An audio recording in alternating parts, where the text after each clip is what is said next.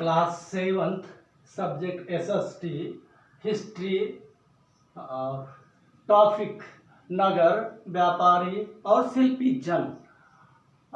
इसके बारे में जान लेंगे। नगर, व्यापारी और शिल्पी जन, इसके बारे में थोड़ी जानकारी कर लेंगे। नगर का निर्माण कैसे होता है। पहले छोटा सा बाजार बनता है, फिर बाजार में धीरे धीरे और भी दुकानें बढ़ती जाती हैं। लगभग 1000 के आसपास दुकानें और जनता जब ऊपर हो जाती है तो फिर वहाँ पर नगर पंचायत होता है।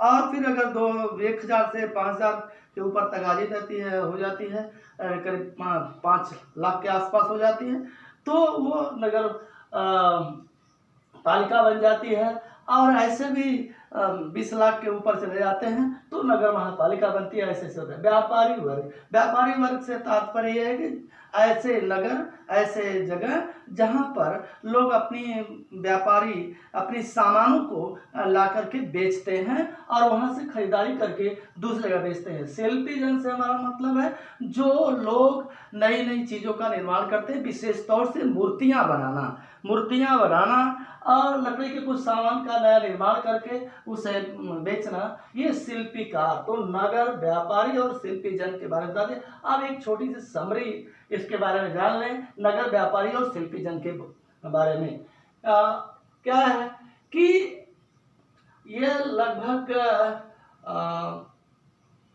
700 से लेकर 700 से लेकर के 1200 के बीच का शताब्दी की बात है।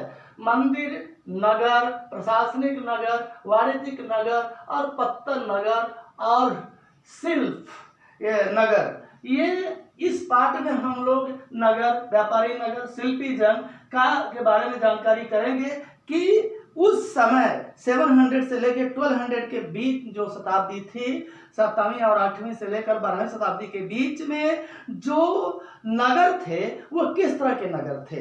वो या तो वो मंदिर नगर थे, या प्रशासनिक नगर थे, या वाणिज्यिक नगर थे, या पत्तन नगर थे, या शिल्पी नगर थे।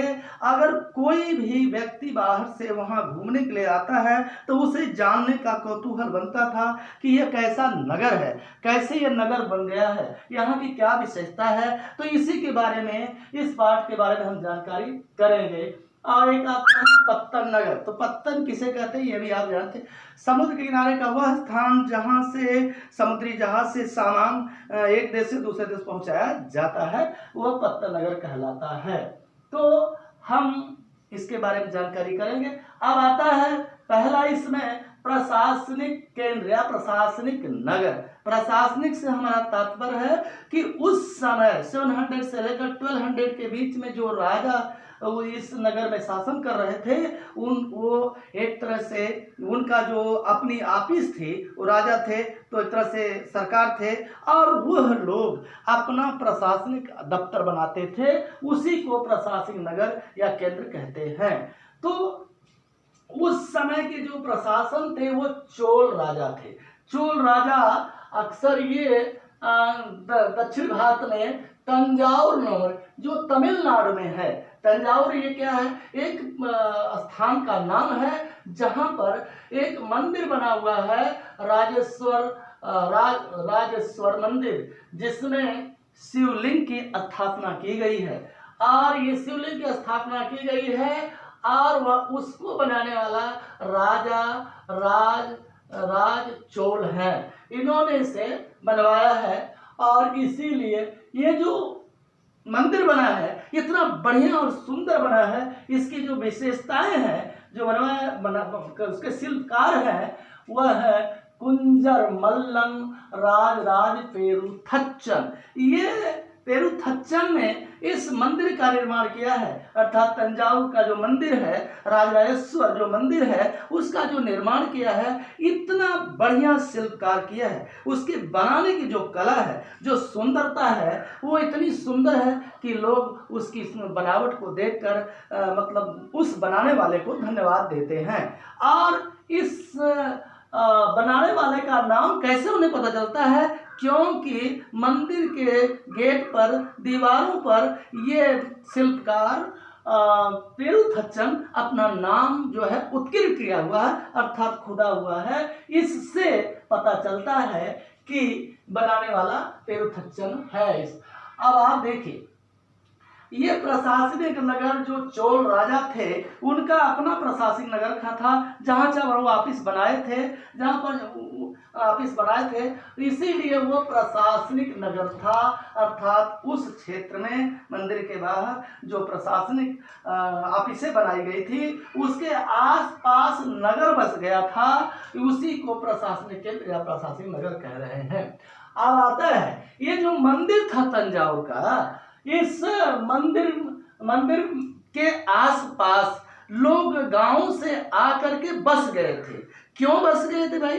क्योंकि ये नगर का निर्माण हो रहा था, यहाँ पर उनको अपनी सामान बेचना और अपनी अनाज और वस्तुएं जो भी वो निर्माण कर रहे हैं, खिलौना इत्यादि ला करके यहाँ बेचते हैं। क्यों बेचते हैं? क्योंकि यहाँ बाहर से लोग मंदिर देखने के लिए, मंदिर में अपना पूजा पाठ करने के लिए गाँव से और बाहर से लोग आ रहे हैं, इसलिए यह नगर का निर्माण बन जाता है और यहाँ पर लोग अपनी सामान को बेचते हैं।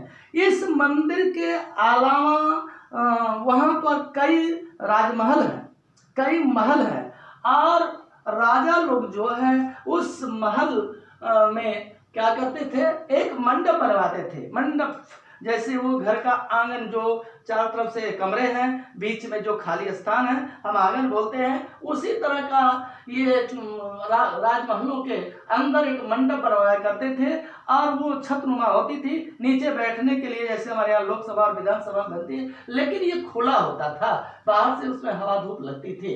तो उसी में एक दरबार लगाया करते थे राजा लोग। राजा अपना दरबार लगाता था और दरबार से, उस मंडप से दरबार लगता था। उनके राज में जो भी कर्मचारी थे वो उस समय पर आते थे दरबार लगाने के लिए और उनको यहीं से वो आदेश देते थे राजा लोग। और फिर उसकी राजमहल की सुरक्षा के लिए सैन्य शिविर भी हुआ करता था, मतलब सेनाएं भी रखी जाती थी ताकि कोई जो है महल को नुकसान न कर सके, चाहे आक्रमण न कर सके। नगर में सामानों की बिक्री, उस नगर में जो मंदिर, तंजावुर मंदिर के पास जो नगर बना हुआ था, उस नगर के नगरों में सामानों की बिक्री क्या क्या होती थी। गांव के किसान और गांव के जो छोटे छोटे व्यापारी थे वो लाकर के क्या करते थे, अनाज, मसाले, कपड़ों, आभूषण, कांस्य, घंटा, दीप जो जलता है उस तरह का, पाट, घोड़े आदि जो है ये ला करके उस नगर में बेचते थे और उससे वहाँ के व्यापारियों को पैसे मिलते थे और मंदिर को भी कुछ आय प्राप्त होती थी। लेकिन जो ये नगर बना हुआ था, यहाँ पर पानी पीने की जो व्यवस्था थी वह कुआं और तालाबों से पानी पीने की व्यवस्था की जाती थी। जल की आपूर्ति अच्छी तरह से इसे जानकारी करेंगे कि इस तंजावुर नगर के प्रशासनिक केंद्र नगर जो था वहां पर पानी की आपूर्ति कहां से की जाती थी, कुओं और तालाबों से उस नगर में पानी पीने की व्यवस्था की जाती थी। अब दूसरा है मंदिर, नगर और तीर्थ केंद्र। अब आता है कि मंदिर जो है पहले जमाने में वो नगर बन जाया करते थे और फिर वो तीर्थ केंद्र आता है। अब ये आपको इसके बारे में मैंने पहले बताया था कि नगर का निर्माण कैसे था, लेकिन पहले मंदिर के आसपास जो लोग बस जाते थे वो नगर का निर्माण होता था, लेकिन आज ऐसा नहीं है। तो तंजावुर मंदिर जो था, तंजावुर का जो मंदिर था राजराजेश्वर मंदिर, ये मंदिर जो है वो सोशल एंड इकोनॉमिक्स, सामाजिक और आर्थिक रूप का एक केंद्र था। ये मंदिर जो है सामाजिक और आर्थिक रूप का एक केंद्र था और यहाँ पर इस ऐसे मंदिर को राजा लोग अपने नाम के लिए बनवाया करते थे। बहुत सारे राजा जो है मंदिर में पूजा करते थे, देवी देवताओं की बड़ी विशाल विशाल मंदिर बनवाया करते थे और वो अपने नाम के लिए भी और उस मंदिर के लिए दान, भूमि भी दान देते थे और धन भी दान देते थे। धन भी दान दिया करते थे, भूमि और धन दान दिया करते थे और जो दान देते थे उससे मंदिर का रख रखाव, रंगाई पोताई और वहाँ पर और क्या होता था, कि जो लोग, जो पंडा पुजारी उस मंदिर से कर्ता धर्ता के रूप में थे, उसकी देख रेख के करते थे, पूजा पाठ करवाते थे, उनके लिए भोजन की व्यवस्था होती थी, उनके खान पान की व्यवस्था होती थी, मंदिर में जो सामान चढ़ती थी उसको लाने की व्यवस्था की जाती थी। यही नहीं, जो तीर्थ यात्री, जो पुजारी पूजा करने के लिए आते थे, बाहर से आते थे, बाहर से जब लोग आते थे तो उनके ठहरने के भी, उनके रुकने की व्यवस्था की जाती थी, उनके भोजन की व्यवस्था की जाती थी, उनके रख रखाव की व्यवस्था की जाती थी उस मंदिर के पुजारियों द्वारा, उस मंदिर के रखवालों के द्वारा। ये लोग, जो तीर्थयात्री, जो लोग आते थे बाहर से उस मंदिर के दर्शन करने के लिए, वहाँ पर वो लोग भी दान दक्षिणा देते थे, और उन दान दक्षिणा से जो मंदिर में अक्सर इतना दान दक्षिणा जुड़ जाता था और इतना पैसा आ जाता था कि उस पैसे से जो मंदिर, तंजावुर मंदिर के जो कार्यकर्ता है, पांडा पुजारी लोग हैं, उस वहाँ के विधि विधान के अनुसार उस पैसे से लोग व्यापार करवाते थे, साहूकारी करवाते थे, और उस पैसे से मंदिर की आय बढ़ती थी। अगर वो किसी से, उसमें से जो कर बढ़ता है, वो कोई उद्योग धंधा खोल देता है, कोई व्यापार करता है, सामान लाता है और उसे बेचता है, उससे जो प्रॉफिट आती है वो मंदिर के खाते में जमा हो जाती है। ये हुआ व्यापार, साहूकारी। और उस पैसे को कर्ज के रूप में साहूकारों को देते थे, दुकान खोलने के लिए, ताकि उस दुकान से भी पैसा आता रहे। अक्सर आप देखेंगे कहीं बड़े बड़े शहरों में मंदिर के आसपास जो जमीन ज़्यादा होती है तो उसमें क्वार्टर बना दिए जाते हैं और उसमें दुकान खोल दी जाती है। यह मस्जिदों में भी है और मंदिरों में भी कहीं कहीं पर है कि जो रोड के किनारे जो जमीन है उसमें क्वार्टर बना दिए जाते हैं, ऊपर रहने के लिए बना जाता है, नीचे दुकान दे दी जाती है, और उसका जो भाड़ा आता है वो मंदिर के कोष में जमा होता है, और उसी पैसे से जो है मंदिर का रख रखाव और बाहर से आने वालों के लिए भोजन और ठहरने के लिए भी अलग से व्यवस्था दी जाती है। तो अक्सर लोगों ने ये देखा कि गांव में तो भूखमरी है, कुछ पैदावार नहीं है उस समय के हिसाब से, तो लोग गांव से आ करके इस मंदिर के आसपास बसते गए और यह मंदिर नगर बन गया, और वहां से बाजारों का निर्माण हो गया और व्यापारी भी बाहर से आने लगते हैं। अब ये हुआ, नगरों का विकास हो गया। इस तरह से आप देखेंगे तो नगरों का विकास इस मंदिर नगर से हो रहा है। तो इस तरह का जो मंदिर के नाम से जो नगरों का विकास हुआ है उस समय के हिसाब से, तो एक विदिशा ये मध्य प्रदेश में है, एमपी में है। विदिशा एक ऐसा जगह है जो मंदिर वहां पर है, वहां भी नगर बस गया। और ये सोमनाथ गुजरात में है, सोमनाथ गुजरात, जो सोमनाथ का मंदिर विश्वविख्यात है, और ये मंदिर के नाम पर वहां नगर बस गया है और ये व्यापार का भी केंद्र बन गया है। अब आता है आंध्र प्रदेश का तिरुपति बालाजी, जहां जाकर के लोग अपने बाल को छिलवा देते हैं, चाहे वो लेडीज हो चाहे जेंट्स हो, सब जाकर के अपने बाल को छिलवा देते हैं इस तिरुपति में। वहां पर यही उसकी मान्यता है। और आपको बता दूं, ये बाल एक साल में कम से कम नहीं तो 5 लाख से लेकर 10 लाख के बीच में बिकता है। ये बाल से बिकता है जो व्यापारी लोग उसे ले जाते हैं। तो यहाँ भी तिरुपति में भी मंदिर के नाम पर वहां पर नगर बस गया। इस तरह से नगरों का विकास होता है। अब आप देखिए, बनारस ले लीजिए, काशी ले लीजिए, काशी विश्वनाथ का के वजह से वहां पर भी नगर का विकास होता है। इसी तरह से बहुत सारे ऐसे मंदिर हैं जहां पर मंदिर के नाम से धीरे धीरे वहां पर नगर बस गया और उसका विकास हो गया और दुनिया में नाम हो चल रहा है। अब आता है आपका तीर्थ स्थल क्या है? तीर्थ हमारा उस स्थल जगह, तीर्थ स्थल, इसकी साफ शाब्दिक अर्थ में समझेंगे आप कि जहां पर नदी के किनारे बड़े बड़े मंदिर हो जाते हैं या मंदिरों के आसपास बड़े बड़े तालाब राजा लोग बनवाते थे, तो जो उस मंदिर में देवी देवताओं की पूजा करने के लिए जाता है तो सबसे पहले वो नदियों और तालाबों में स्नान करने के बाद ही जो है उसमें मंदिर में दर्शन करने के लिए जाता है। इसी को तीर्थ स्थल कहते हैं। तीर्थ यात्रा पर निकल जाते हैं। अक्सर लोग 50 के उम्र के बाद तीर्थ यात्रा पर निकलते हैं। इस्लाम धर्म में हज पर जाते हैं, सऊदी अरब जाते हैं, और हिंदू धर्म में लोग गया करने के लिए नाम पे जाते हैं। और आपने ये सुना होगा कि इलाहाबाद में कुंभ का मेला लगता है, उज्जैन मध्य प्रदेश में कुंभ का मेला लगता है। इस तरह से ये क्या है, तीर्थ स्थान है। यहाँ पर अगर आप इलाहाबाद जाएंगे तो वहाँ गंगा जमुना सरस्वती की मिलन है। उस नदी में नहा करके फिर वहाँ पर देवी देवताओं का दर्शन करते हैं और ये बन जाता है तीर्थ स्थल, वह जहाँ पर लोग पूजा करते हैं। इस तरह का तीर्थ स्थल है उत्तर प्रदेश में वृंदावन, और त्रिवन्नमलाई में तमिलनाडु में, वाराणसी यूपी में, इलाहाबाद यूपी में, मिर्जापुर यूपी में, अयोध्या यूपी में। अयोध्या में भी सरयू नदी में लोग नहा करके भगवान राम का दर्शन करने के लिए आते हैं। ये भी एक तीर्थ स्थल बन गया है। पूरी उड़ीसा में ये नगरों का भी निर्माण कर देते हैं। अब आप अपने पास में अयोध्या देख लीजिए कभी जा करके।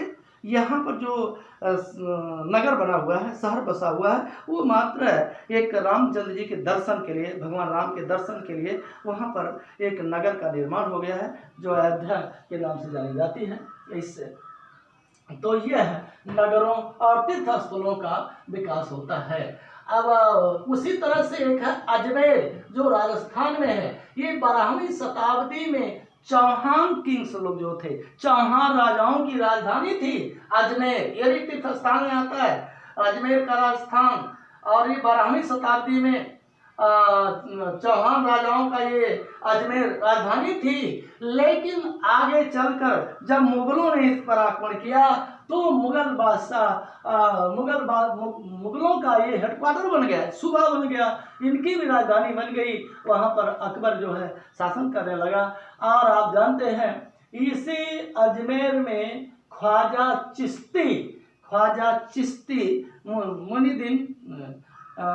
मोइनुद्दीन चिश्ती की दरगाह है। और अकबर को जब बच्चे नहीं हो रहे थे तो इसी चिश्ती के दरगाह में जाकर वो अपने एक बच्चे के लिए बच्चे की मांग किया था, तो उसकी मुराद पूरी हुई। और जब लड़का पैदा हुआ तो सलीम नाम से उसको रखा, और इनके नाम पर, चिश्ती के नाम पर उन्होंने नगर बसाया।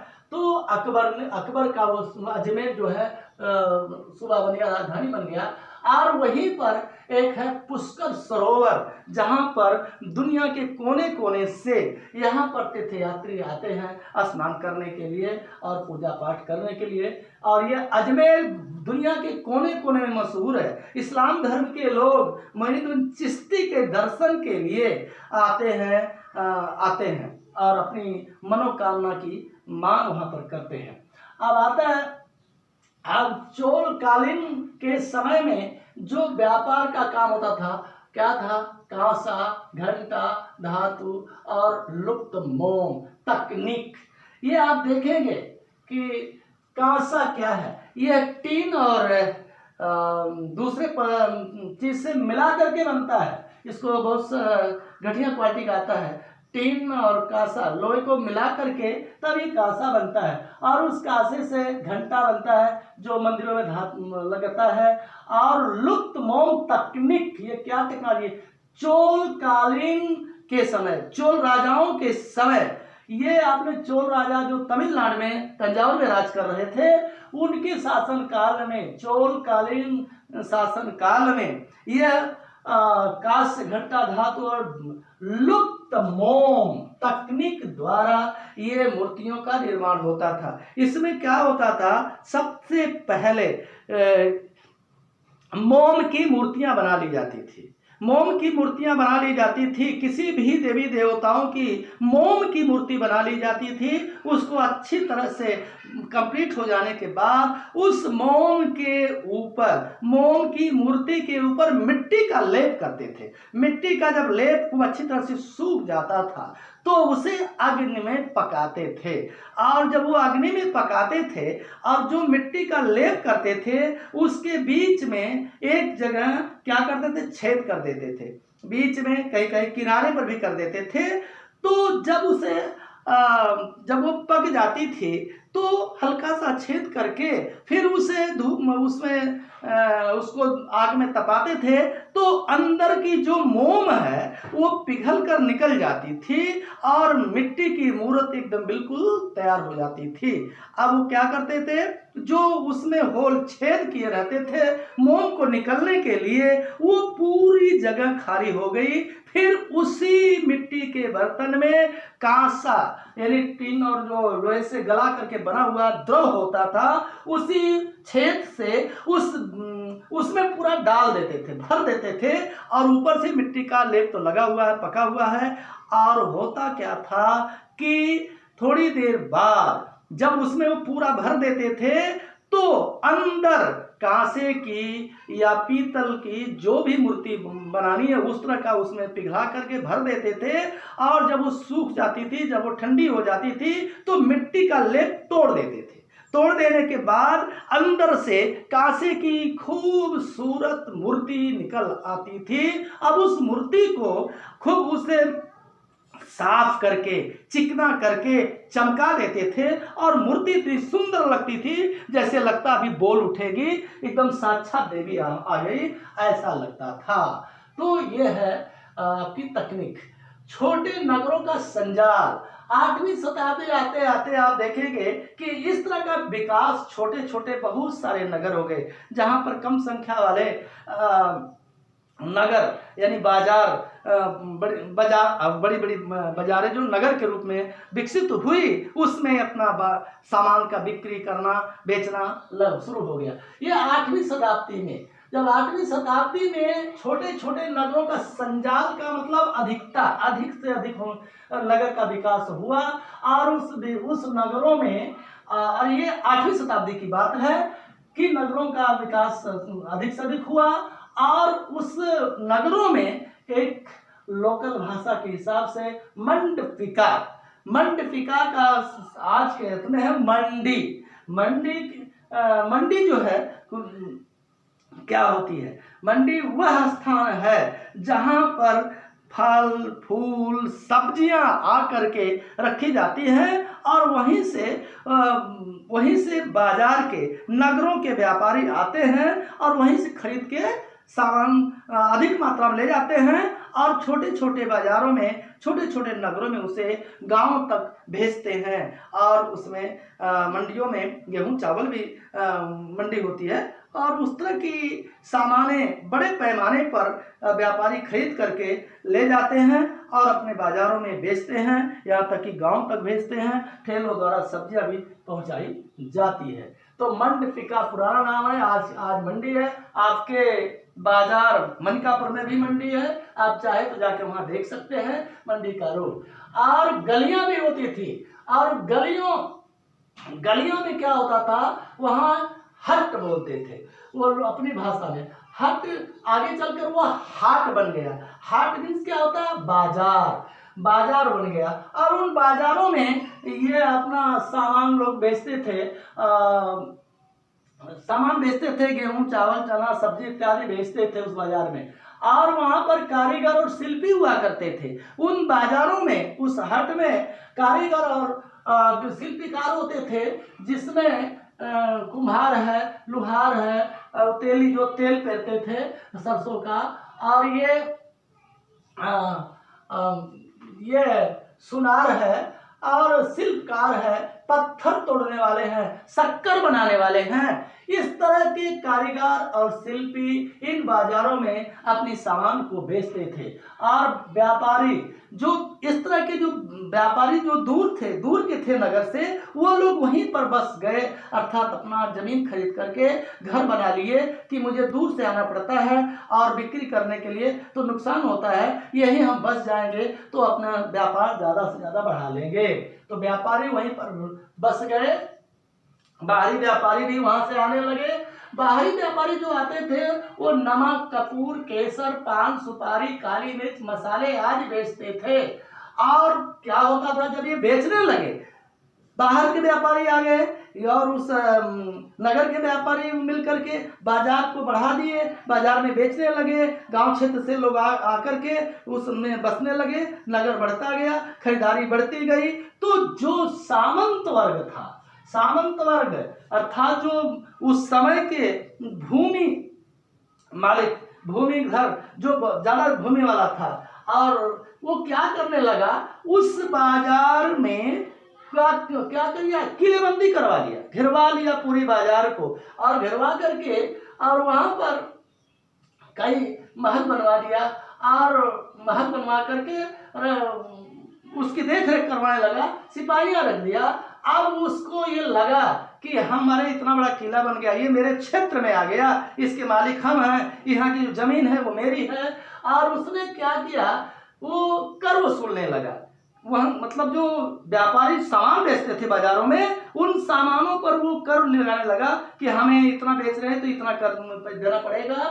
और वह जो कर वसूलते थे वो मंदिर के जो कर्ता धर्ता लोग थे उनको सौंप दिया कि आप लोग कर वसूलिए, ये मेरी भूमि पर व्यापार चल रहा है, बाजार चल रही है, तो उसका हमें कर चाहिए। और उस कर को मंदिर के कर्मचारियों उसको लगा दिया कि आप इसे कर वसूलिए, जो कर आता है वो मंदिर के कोष में जमा कर दीजिए, मंदिर में दान कर दीजिए, और मंदिर में दान कर दीजिए ताकि मंदिर का कोष बढ़ता रहे और मंदिर का रख रखाव हो। अब आता है बाजारों पर कर, बाजारों पर दो तरह का कर लगाते हैं ये सामंतवादी, दो तरह का कर लगाते हैं। एक तो उस समय की स्थिति के अनुसार वस्तु कर लेते थे, सामान लेते थे, और दूसरा जो था वो पैसा भी लेते थे। दो तरह का कर था। तो कैसे, बाजारों में जो गुड़, तेल, शक्कर, कपड़ा आदि बेचते थे, इनसे वस्तु लिया करते थे। जो बड़े व्यापारी थे, जो धातु से बनी चीजें, जो धातु से बनी जो मूर्तियां थी, घंटियां थी और घोड़े थे, ये जो बाहर से लाके बेचते थे, उन पर वो नगद कर लेते थे। इस तरह से यह नगरों का विकास और नगर में बाजार, और बाजार को कैसे सामंतवादियों ने अपने घेरे में लिया और राजाओं ने क्या क्या किया, ये यहीं तक आगे समाप्त होता है। फिर आगे